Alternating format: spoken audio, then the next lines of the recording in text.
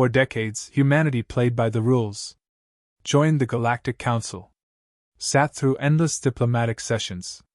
Signed every treaty, every resolution, every agreement, always hoping cooperation would build peace. The galaxy loved that version of Earth, polite, restrained, civilized.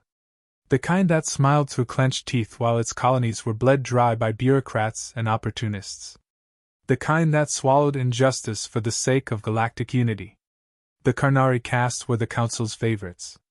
Regal, eloquent, cloaked in tradition and elegance. They ruled the planet Valkaris, a key trading hub between 6 systems. Their representatives walked with ceremonial blades and talked of honor, legacy, and order. But behind the silks and ceremonies were chains. Whole moons economically enslaved. Populations crushed under manipulated interest rates, trade embargoes, and food supply controls. Oppression hidden under legalese and contracts. The Karnari didn't fire weapons, they starved worlds into submission and called it diplomacy. Galactic Command knew. They all knew. But the Karnari paid well, and their planet's position made them untouchable.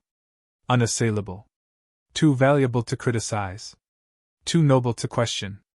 Then came the incident on Dalvin's moon, an Earth-aligned colony caught in a trade dispute. Without warning, the Karnari embargoed its food and water. Council envoys urged patience. "It's a misunderstanding," they said. "We're mediating." But weeks passed. Children began to die.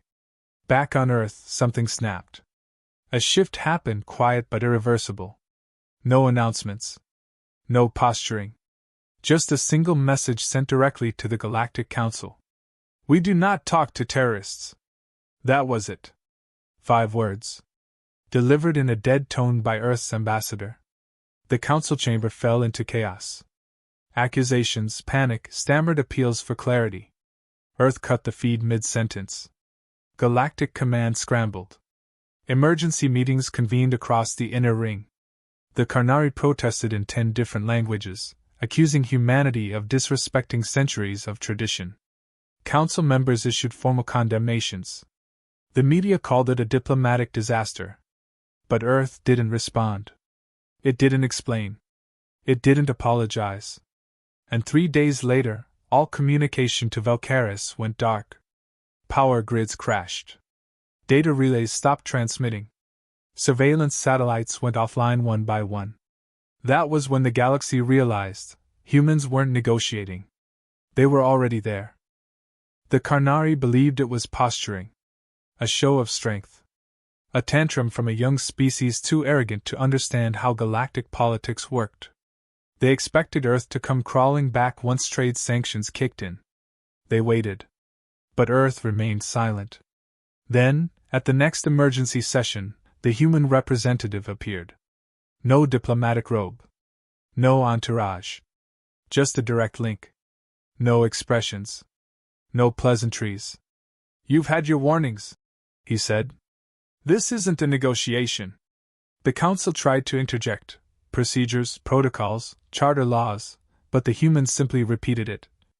"We do not talk to terrorists." Transmission ended.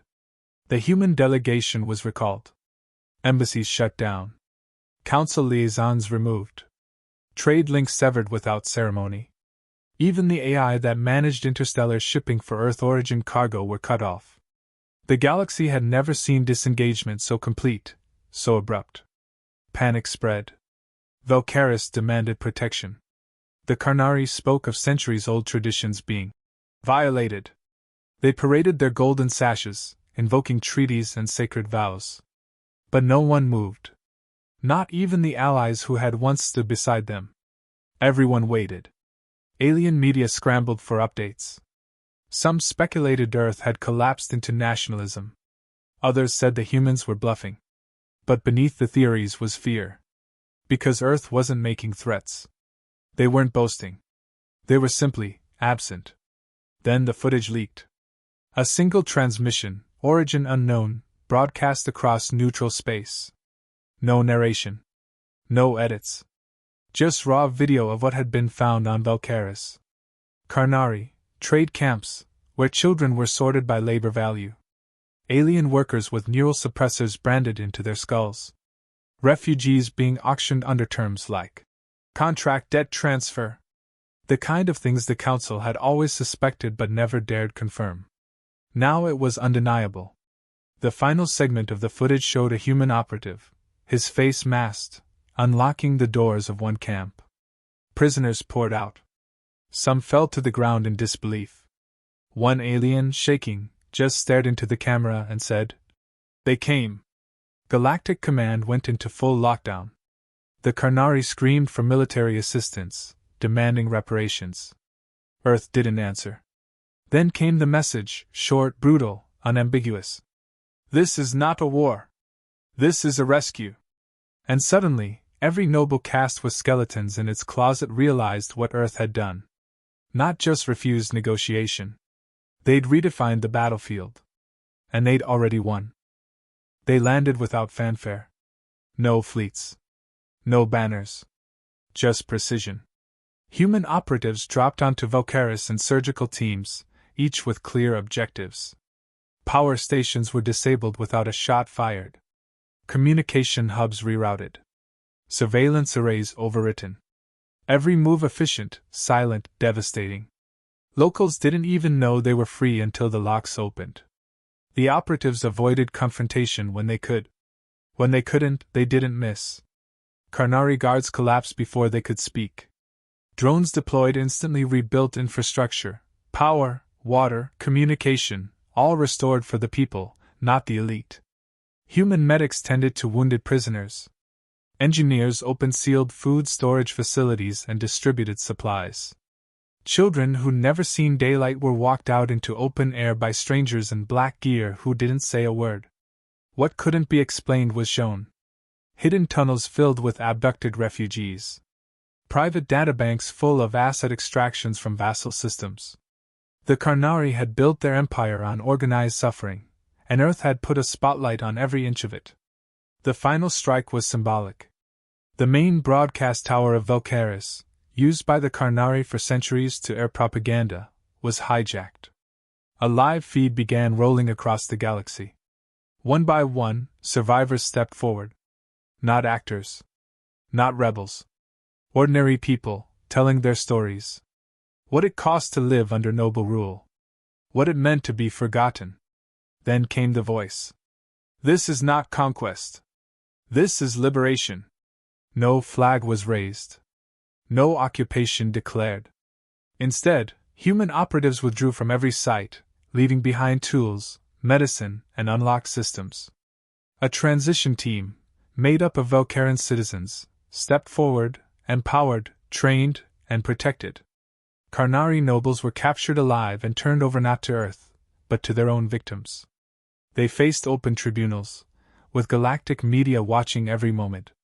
Their titles, their robes, their ceremony meant nothing now. Across the stars, a message rang out, louder than any anthem. Humanity didn't just speak of justice. They delivered it. Without warning. Without apology. Without asking for permission. The Council demanded answers. Earth ignored them. No formal declaration. No statement of occupation. No diplomatic cleanup. Just silence. The operation was over, and humanity had moved on. But the galaxy hadn't. Valkyris was no longer under noble control. Its economy, once chained to interstellar banks, was now run by local cooperatives. For the first time in centuries, trade flowed freely, without forced contracts or punitive levies. The people decided their leaders. The air was clean. The food real. And the Karnari name, once feared, became a curse. Other systems watched closely. Whispers spread on back channels. Could Earth do it again? Would they?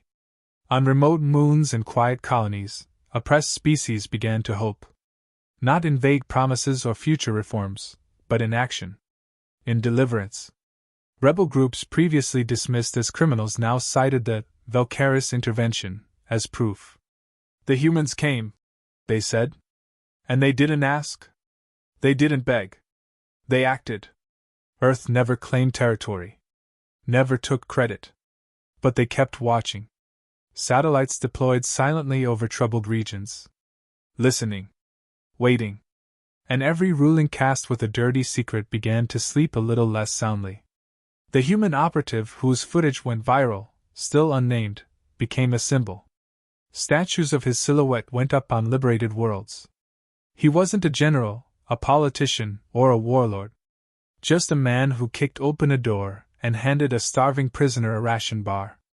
It wasn't a message of conquest. It was a message of standards. For too long, the galaxy had tolerated the idea that justice had to wait. That oppression could be debated. That victims had to be patient. Humanity rejected that. They had a new doctrine now. They didn't negotiate. They liberated.